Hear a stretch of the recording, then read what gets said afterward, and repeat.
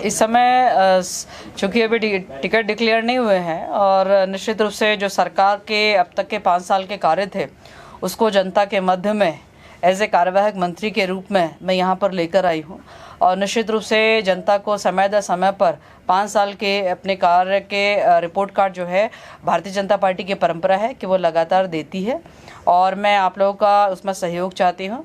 और इसी के परिप्रेक्ष्य में जो है, चाहे वो महिलाओं के संदर्भ में हो, हमारे पशुपालकों के संदर्भ में हो, चाहे हमारे मत्स्य पालकों के संदर्भ में हो या डेयरी सेक्टर में हो या ओवरऑल रोजगार स्वरोजगार का विषय, वो सारा विषय आज रखा।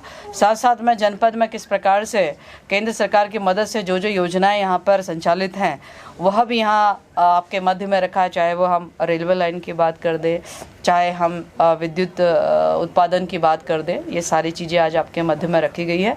और निश्चित रूप से ये विकास कार्य क्योंकि जनता ने आशीर्वाद दिया था, उनके जानकारी में होना चाहिए कि आखिरकार क्या क्या कार्य किए गए हैं। ये एक अपने आप में और ऐतिहासिक फैसला जो आपको बताने से मैं चूँकि कि हमारी सरकार ने हमारे वृद्धजनों की पेंशन जो है वो 3,000 रुपये कर दी और दोनों को अनुमन्य कर दिया। यदि बुजुर्ग दंपति है दोनों को ही 1500 जो है वो 3,000 रुपये के रूप में उनके घर में एक आर्थिक सहयोग जो है हमारे बुजुर्गों को दिया है।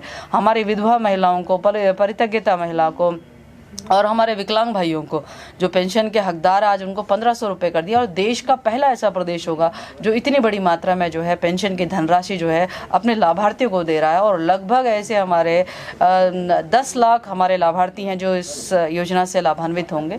तो ये काम है जो जनता के मध्य में हम लोग बताते रहे हैं और आज आपके साथ में बेहतर अवसर मिला है आपके माध्यम से लोगों तक पहुँचाने के लिए, इसीलिए आज जो है प्रेस की गई है। इतने कामों के माध्यम से आपको क्या लगता है चुनाव के लिए? हाँ बिल्कुल, इतने कामों के माध्यम से ये साफ ये बताना चाहते हैं कि ये डबल इंजन की सरकार है और डबल इंजन की सरकार ने यह दमखम के साथ में काम किया और इसी आधार पर हम जनता से आशीर्वाद भी मांग रहे हैं और इसी आधार पर हम 60 पार का संकल्प जो है पूरा करेंगे। बीजेपी को नुकसान देखिए, जो सर्वे रिपोर्ट आ रही है उस सर्वे रिपोर्ट में साफ ये पता चलता है कि बीजेपी की सरकार बन रही है और निश्चित रूप से जो हमारा संकल्प है कि हम सबकी बात 60 पार, तो वह आपको करते हुए दिखाई देंगे। आरक्षण चले गए, क्या कहना है? देखिए, वो चले गए, मैं समझती हूँ कि जिस प्रकार से उनकी एक्टिविटीज़ रही है निश्चित रूप से दुर्भाग्यपूर्ण रही हैं और वो बने रहते तो शायद अच्छा रहता और पार्टी ने हर प्रकार से अपने सदस्य को या अपने मंत्री को बनाए रखने का हर प्रकार से प्रयास किया। लेकिन निश्चित रूप से हमारे यहाँ पे परिवारवाद की कोई जगह नहीं है और इस प्रकार के दबाव की भी